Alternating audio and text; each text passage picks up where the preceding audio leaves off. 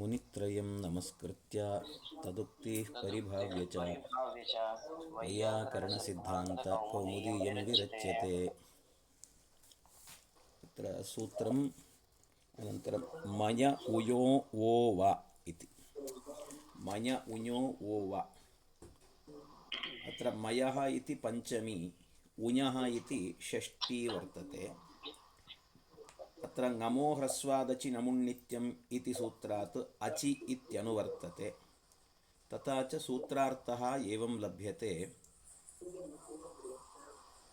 मयः परस्य उञः वो वा स्यात् अचि इति।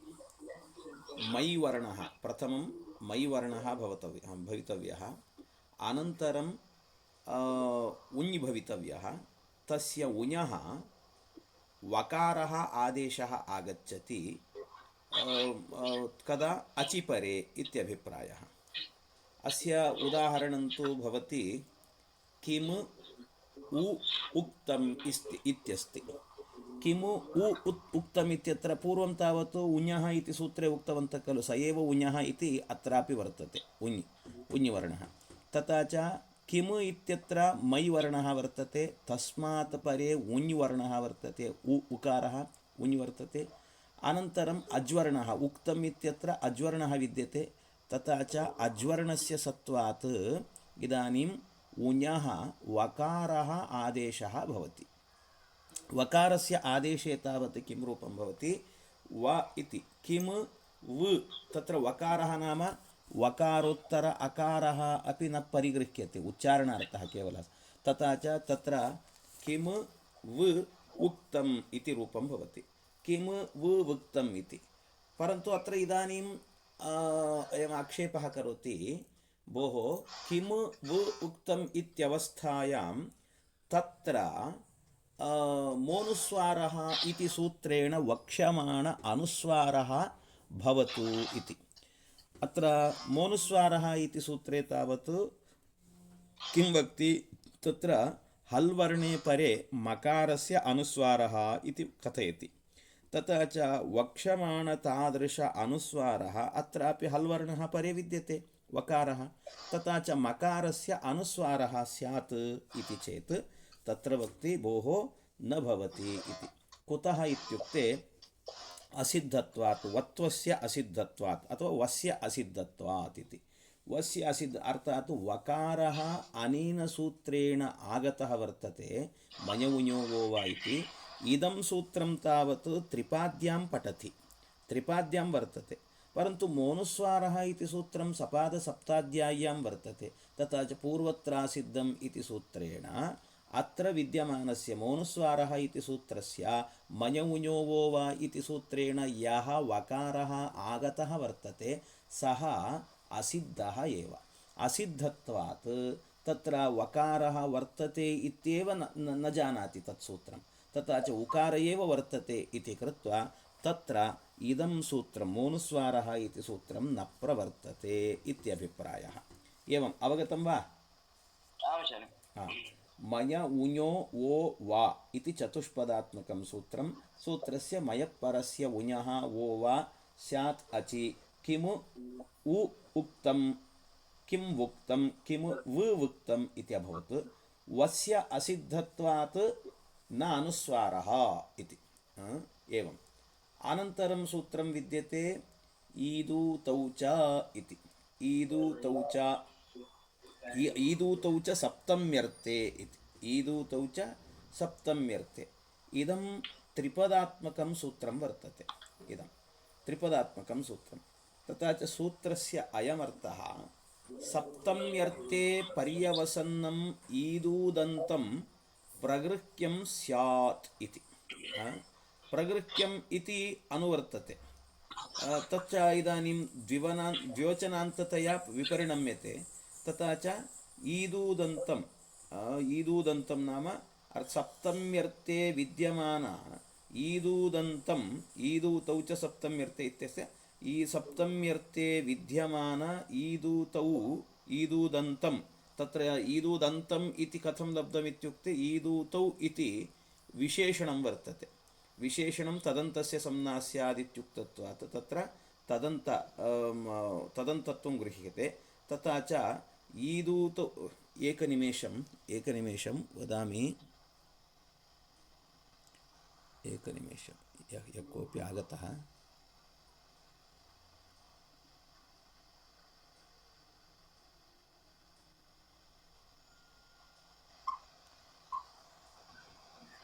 श्रूयते खलु? इदानीं तत्र ईदूतौ इति तत्र शब्दस्वरूपम् इत्यपि तस्य अध्याहारं क्रियते। अध्याहारः तादृशपदस्य शब्दस्वरूप इति पदस्य अध्याहारः, अर्थात् ईदूतौ नाम शब्दस्वरूप इत्यस्य विशेषणं भवति। तथा च विशेषणत्वात् तदन्तसंज्ञा भवति। तथा च ईदूदन्तौ शब्दस्वरूपं प्रगृह्यसंज्ञं स्यात् इति सूत्रार्थः लभ्यते। तथा च सप्तम्यर्थे पर्यवसन्नम् ईदूदन्तं प्रगृह्यं स्यात् अस्य उदाहरणं भवति। वैदिक उदाहरणं दीयते। कुतः अत्र लौकिके अस्य प्रयोगः विरलः वर्तते। तथा च वैदिके तावत् सोमो गौरी अधिश्रितः इति। कश्चन सोमः गौरी अधिश्रितः। गौरी अधिश्रितः इत्यत्र गौरी इत्युक्ते गौर्याम् इत्यर्थः। गौर्याम् अर्थात् गौर्यधिकरणे सोमः अर्थात् सोमः नाम चन्द्रः वा कोऽपि सः अधिश्रितः गौर्याः उपरि सः उपविष्टः इत्यभिप्रायः। वैदिकप्रयोगः एषः। तत्र गौरी अधिश्रितः इत्यत्र तावत् सप्तमी न श्रूयते। सप्तमी विभक्तेः सुकालुप्तत्वात्, अर्थात् तत्र सुपां सुलुक् इत्यादि सूत्रं वर्तते। बहु अधिकं सूत्रं तत् न स्मरामि इदानीम् अहं, परन्तु सुपां सुलुक् इति अनेन सूत्रेण किं वक्ति, तत्र लोपं वक्ति। तथा च गौर्याम् इत्यत्र सप्तम्याः लुकालुप्तत्वात् तत्र गौरी इति तिष्ठति। गौरी अधिश्रितः इत्यवस्थायां यद्यपि अत्र कस्य सन्धेः प्राप्तिः वर्तते, जानाति वा? गौरी अधिश्रितः इत्यत्र कस्य सन्धेः प्राप्तिः वर्तते?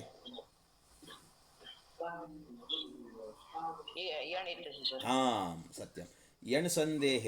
तथा च यण् प्राप्तिः वर्तते, परन्तु यण् सन्धिः न भवति। कुतः इत्युक्ते ईदूतौ च सप्तम्यर्थे इत्यनेन सूत्रेण प्रगृह्यसंज्ञायां कृतायां तत्र प्लुतप्रगृह्याचिनित्यम् इति प्रकृतिभावः एव भवति इत्यभिप्रायः। तथा च गौरी अधिश्रितः इत्यत्र गौरी इत्यस्य गौर्याम् इत्यभिप्रायः। गौर्यधिकरणे अधिश्रितः इति।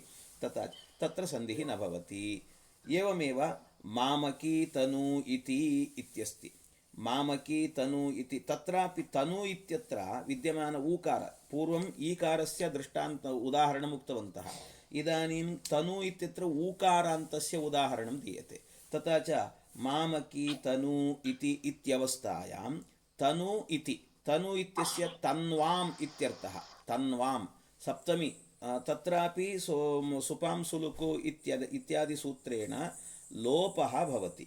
लोपः तथा च सप्तम्याः लुकालुप्तत्वात् तत्र यद्यपि तनु इति अवतिष्ठते, तत्र इदानीम् अत्रापि यणसन्धेः प्राप्तिः वर्तते, परन्तु न भवति। कुतः?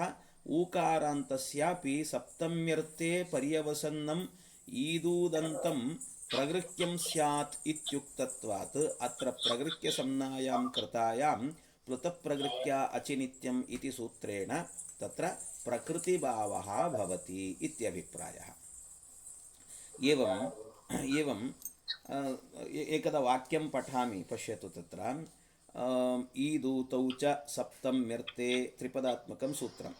सप्तम्यर्थे पर्यवसन्नम् ईदूदन्तं प्रगृह्यं स्यात् सोमो गौरी अधिश्रितः मामकी तनु इति सुपां सुलुक् इति सप्तम्याः लुक्। पश्यतु, तत्र भट्टोजिदीक्षितः अपि सोपि आलस्यं कृतवान्, अर्थात् सुपां सुलुक् इत्येव सूत्रमस्ति इति उक्तवान्। उत्तरत्र किं बहु अर्थात् दीर्घसूत्रं वर्तते तत्, अतः सोपि न उक्तवान्। सुपां सुलकु इति सप्तम्याः लुक् इत्यभिप्रायः। अनन्तरम् अत्र कञ्चन शास्त्रीयविषयं वक्ति, अर्थग्रहणं किं वृत्तौ अर्थान्तरोपसङ्क्रान्ते मा भूत् वाप्याम् अश्वः वाप्यश्वः इति। अत्र पश्यतु किं वक्ति तत्र, ईदूतौ च सप्तम्यर्थे इत्युक्तवान्, परन्तु अयं कथयति इदानीम् ईदूतौ च सप्तम्यर्थे इति किमर्थम् उच्यते? ईदूतौ च सप्तम्याः इत्येव अलम्, ईदूतौ च सप्तम्याः इत्येव सूत्रमस्तु। तदा सप्तम्याः इति उक्ते अपि यावान् अर्थः सूत्रस्य अपेक्षितः तावान् अर्थः लभ्यते एव। सप्तम्यर्थे इति मास्तु, केवलम् ईदूतौ च सप्तम्याः इत्येव अलम्, तथा च यावान् सूत्रार्थः अपेक्षितः तावदर्थः लभ्यते एव। कथमित्युक्ते पश्यति, इदानीं सप्तम्याः इत्यस्ति, सप्तम्याः इत्युक्ते सप्तम्यर्थे पर्यवसन्नम् इत्येव अर्थः। कथमित्युक्ते पश्यतु, इदानीं कम्बुग्रीवादिमतः घट इति शब्दस्य इत्युक्ते तत्र किं भवान् कम्बुग्रीवादिमतः घट इति तत्र कम्बुग्रीवादिमतः घट इति इत्युक्ते किं भवान् कम्बुग्रीवादिमतः इत्यस्य आनुपूर्वी भवान् गृह्णाति उतः तस्य अर्थः गृह्णाति? कम्बुग्रीवादिमतः इत्यत्र षष्ठी वर्तते, षष्ट्याः भवान् किं करोति? कम्बुग्रीवादिमतः घट इति इत्युक्ते तत्र तादृशपदस्य अर्थं गृह्णाति भवान्, न तु ककारोत्तर अकार इत्यादि रीत्या तस्य आनुपूर्वी भवान् न गृह्णाति। तथा च केवलं तत्र षष्ट्याः एव तदर्थे विद्यमानपदम् इति कथं लभ्यते, तद्वत् अत्रापि सप्तम्याः इति उक्ते अत्र सप्तम्यर्थे विद्यमान, अर्थात् सप्तम्यर्थे पर्यवसन्नम् ईदूदन्तं प्रगृह्यं स्यात् इति सूत्रार्थः लभ्यते एव। किमर्थम् अर्थग्रहणं कृतम्? अर्थग्रहणं मास्तु इति। भोः, यदि अर्थ इति पदस्य ग्रहणं न कुर्मः तदा काचन समस्या भवति। कथमिति पश्यतु, तत्र अर्थग्रहणं यद्यपि सप्तम्याः इत्युक्ते एव तादृश अर्थः लभ्यते, नास्ति तत्र सन्देहः, अथापि अर्थ इति ग्रहणं किमर्थं कृतवान् इत्युक्ते सिद्धे सति आरभ्यमाणः विधिः नियमार्थम् इत्यस्ति। सप्तम्याः इति एव सूत्रम् अस्ति चेत् तदा सप्तम्यर्थे पर्यवसन्नम् इत्यर्थः लभ्यते। तथापि किमर्थम् अर्थग्रहणं? सिद्धे सति आरभ्यमाणः विधिः नियमार्थम्। अर्थ इति पदस्य ग्रहणात् तत्र कश्चन नियमः कञ्चन नियमं ज्ञापयति। कीदृशनियमं ज्ञापयति इत्युक्ते तत्र वृत्तौ अर्थान्तरोपसङ्क्रान्ते मा भूत् वाप्यश्वः इति। कः अभिप्रायः इत्युक्ते पश्यतु, अत्र वाप्याम् अश्वः वाप्यश्वः इत्यस्ति, अत्र समासः कृतः वाप्यश्वः इति। तत्र समासे तावत् सप्तमी विभक्तेः लोपः भवति, विभक्तिलोपः भवति। तत्र सप्तम्याः एवं प्रथमा विभक्तेश्च लोपः भवति। अनन्तरं कृतसमासश्च इति तत्र प्रातिपदिकसंज्ञायां सत्यं पुनः सुबुत्पत्तिः भवति। तथा च तत्र वाप्याम् अश्वः वाप्यश्वः इत्यस्ति। वाप्याम् अश्वः वाप्यश्वः इत्यत्र वाप्यश्वः वापी अश्वः इत्यस्ति। तत्रापि सप्तम्याः लोपः कृतः वर्तते। तथा च सप्तम्याः लोपः कृतः वर्तते इति कृत्वा अत्रापि कः स्यादित्युक्ते अत्रापि वापी इति यदा भवति तदा सप्तम्यर्थे विद्यमान ईदूदन्तं सप्तम्यर्थे विद्यमान ईदूदन्तं नाम ईकारान्तशब्दः वापी शब्दः तस्यापि प्रगृह्यसंज्ञा भवतु इत्यापत्तिः भवति। तन्माभूदिति। भोः सप्तम्यर्थे वर्तते चेत् तत्रापि भवति एव, कुतः न भवति, पर्जन्यवल्लक्षणप्रवृत्तिः खलु इति चेत् भोः तत्र सप्तम्यर्थे नास्ति सः शब्दः। कुतः? अस्माकं वैयाकरणानां मते कश्चन नियमः वर्तते। कः नियमः इत्युक्ते समेषां कारकाणां क्रियायामेव अन्वयः इत्यस्ति नियमः। समेषां कारकाणाम् अर्थात् कारकविभक्तीनां सर्वेषाम् अपि क्रियायामेव अन्वयः भवति इति। अत्र वाप्यश्वः नाम कः अर्थः? वाप्यश्वः इत्यस्य वाप्यां पतितः अश्वः इत्यभिप्रायः खलु, कूपे पतितः अश्वः इति। तथा च वाप्याम् अश्वः इत्यत्र वाप्याम् इत्यत्र विद्यमान अधिकरण एव अर्थः न भवति। तत्र वाप्यां नाम अधिकरणस्य, तथा च वाप्याम् इत्यस्य वाप्यां पतितः इत्यत्र अर्थात् अधिकरणस्य पतितः इति क्रियायाम् अन्वयः वर्तते। एवमेव कः पतितः इत्युक्ते अश्वः पतितः वर्तते। तथा च अश्वः पतितः वर्तते इति कृत्वा अश्वस्यापि पतनरूपक्रियायामेव अन्वयः वर्तते। तथा च अहं पूर्वमेव उक्तवान्, अनचिचा इति सूत्रस्य व्याख्याने तावत् समासः यदा भवति इत्युक्ते पदार्थयोः परस्पर अन्वये सति एव तत्र समासः भवति इति तत्र उक्तं वर्तते। तथा च अत्र इदानीं वाप्याम् इत्यत्र सप्तम्याः कुत्र अन्वयः? पतितः इति क्रियायाम् अन्वयः। एवम् अश्वः इत्यस्यापि कुत्र अन्वयः? पतितः इति क्रियायां। तथा च उभयोः अपि वापी शब्दस्य एवं वापी शब्दार्थस्य एवं अश्वशब्दार्थस्य च परस्पर अन्वय अभावात् तत्र समासः कथं भवति? परन्तु कृतः वर्तते समासः। अतः कथं भवति इत्युक्ते अत्र किं वक्तव्यं भोः, अत्र तावत् समासः एवं भवति। वाप्याम् इत्यत्र वाप्यधिकरण इत्यर्थः वर्तते, सप्तम्याः अधिकरणम् अर्थः। परन्तु अस्माभिः किं क्रियते, अत्र वाप्यधिकरणे विद्यमान इति लक्षणा क्रियते। यद्यपि वाप्याम् इति शब्दस्य वाप्यधिकरणकम् इत्येव अर्थः, परन्तु अस्माभिः किं क्रियते, वाप्यधिकरणे विद्यमान इति विद्यमानपर्यन्तं वयं लक्षणां कुर्मः। तथा च इदानीं वाप्यां विद्यमानः कः इत्युक्ते अश्वः एव। तथा च वाप्याम् इत्यस्य अश्वपदार्थेन साकम् अन्वयः वर्तते इति कृत्वा तत्र समासः भवति। तथा च समासे सति वाप्यश्वः इति।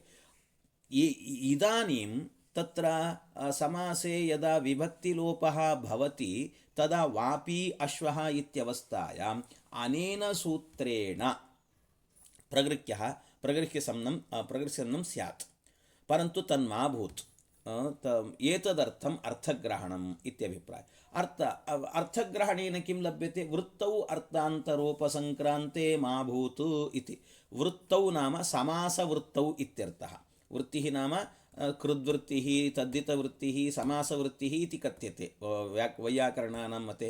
तेषां भाषामध्ये एवं व्यवहारः वर्तते। तथा च वृत्तौ नाम समासवृत्तौ अर्थान्तरोपसङ्क्रान्ते। यद्यपि वाप्याम् इत्यस्य कः अर्थः विद्यते? वाप्यधिकरणम् इत्यर्थः विद्यते, परन्तु तत्र तादृश अर्थः स्वीकृतः वा? वाप्यधिकरणे विद्यमान इति पर्यन्तं धावनं कृतं वर्तते। तथा च तत्र वाप्यधिकरणे विद्यमानम् इत्यर्थः स्वीकृतः। तथा च सप्तम्यर्थे एव नास्ति, अर्थान्तरोपसङ्क्रान्त अन्यदेव अर्थं। तथा च अन्यदर्थे उपसङ्क्रान्तं वर्तते।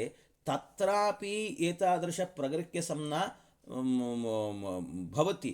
तन्निवारणार्थम् अत्र अर्थग्रहणं कृतं। तथा च अर्थग्रहणे कृते अर्थान्तरोपसङ्क्रान्ते तत्र एषः एतत् प्रगृह्यसंज्ञं न भवति। यदा प्रगृह्यसंज्ञा न भवति तत्र प्रकृतिभावः अपि न भवति इति तत्र अर्थग्रहणं कृतं वर्तते इति ज्ञातव्यम् इत्यभिप्रायः। अनन्तरं सूत्रं वर्तते अणोप्रगृह्यस्यानुनासिकः इति। अणः अप्रगृह्यस्य अनुनासिकः इति। अत्र वावसाने इत्यनुवर्तते, वा अवसाने इति सूत्रम् अनुवर्तते। अणः अप्रगृह्यस्य अनुनासिकः इति त्रिपदात्मकं सूत्रं वर्तते। तथा च सूत्रार्थः एवं लभ्यते इदानीम् अप्रगृह्यस्य अणः अवसाने अनुनासिकः वा स्यात् इति। अप्रगृह्यस्य अणः अवसाने अनुनासिकः वा स्यात्। इदानीम् उदाहरणं पश्यामः। तत्र ददि इति शब्दः वर्तते। ददि शब्दः, ददि शब्दस्य अयम् अभिप्रायः ददि इत्यस्ति। ददि इत्यत्र इकारस्य किं प्रगृह्यसंज्ञा वर्तते? ईदूदे द्विवचनम् इति तावत् द्विवचनान्तस्य ईकारस्य प्रगृह्यसंज्ञा इत्युक्तवन्तः। परन्तु दधि इत्यत्र एकवचने विद्यमानः शब्दः वर्तते, अतः द्विवचनान्तत्वं नास्ति इति कृत्वा अनेन ईदूदेदिति प्रगृह्यसंज्ञा नास्ति। तथा च अप्रगृह्यस्य अणः अण्वर्णः वर्तते। अवसाने परे, अवसानं नाम विरामोऽवसानम् इति उच्यते। अर्थात् अग्रे यः कोऽपि वर्णः नास्ति चेत्, शून्यः वर्णानाम् अभावः वर्तते चेत् सः तत् अवसानसंज्ञं प्राप्नोति। तथा च अवसानं परे वर्तते इति कृत्वा अनुनासिकः भवति। यदा अनुनासिकः भवति तदा किं भवति? ददि इत्यत्र ददिङ् इति तत्र नासिकया उच्चारणं कर्तव्यं, नासिकासहित उच्चारणं। मुखनासिकया उच्चार्यमाणवर्ण इति कथ्यते खलु। तथा च एवम् उच्चारणं ददिङ् इति भवति। एवं यदा विकल्पः इत्युक्तत्वात् यदा न भवति तदा दधि इत्येव रूपं भवति। एवम् अप्रगृह्यस्य किम्? अप्रगृह्यस्य इति किमर्थम् उक्तवन्तः? यदि अप्रगृह्यस्य इति न वदामः तर्हि अणः अवसाने अनुनासिकः वा स्यात् इत्येव अर्थः स्यात्। तदा अग्नि इति, अग्नि इत्यत्र तावत् तत्र अण्वर्णः वर्तते, अण्वर्णः। तथा च अण्वर्णस्य विद्यमानत्वात् अत्रापि किं स्यात्? अर्थात् अत्र अनुनासिकः स्यात्। परन्तु तत्र अनुनासिकः न इष्टः। तत्र अग्नि इत्यत्र द्विवचनं वर्तते, प्रगृह्यवर्णः सः। कुतः? द्विवचनत्वात् ईदूदे द्विवचनम् इति प्रगृह्यं भवत्येव। तथा च तत्रापि एतादृश अनुनासिकः वर्णः आदेशः स्यात्, तन्माभूत् इति इत्येतदर्थम् अत्र अप्रगृह्यस्य इत्युक्तवन्तः। परन्तु तत्र प्रगृह्यवर्णः वर्तते इति कृत्वा तत्र अनुनासिकः न भवति, एवमेव तिष्ठति इत्यभिप्रायः। इति अत्सन्धिप्रकरणम् अर्थात् प्रकृतिभावप्रकरणं समाप्तं वर्तते। एवम् अवगतं वा? आम् आचार्य। भवतु। अस्य रात्रौ चिन्तनम् उक्त्वा सम्पूर्णं चिन्तनं वदति चेत् समीचीनं। श्वः पुनः पाठः आरभ्यते। भवतु, शीघ्रं सर्वमपि दृष्ट्वा वदतु। भवतु। व्यासाय भवनाशाय शेषाय गुणराशये हृदयाय शुद्धविद्याय मध्वाय च नमो नमः। तपस्वाध्याय शुश्रूषा कृष्णपूजार्थं विश्वेशमिष्टदमन्ये परिविराट चक्रवर्तिनः। कदा आगच्छति मानसः? मानसः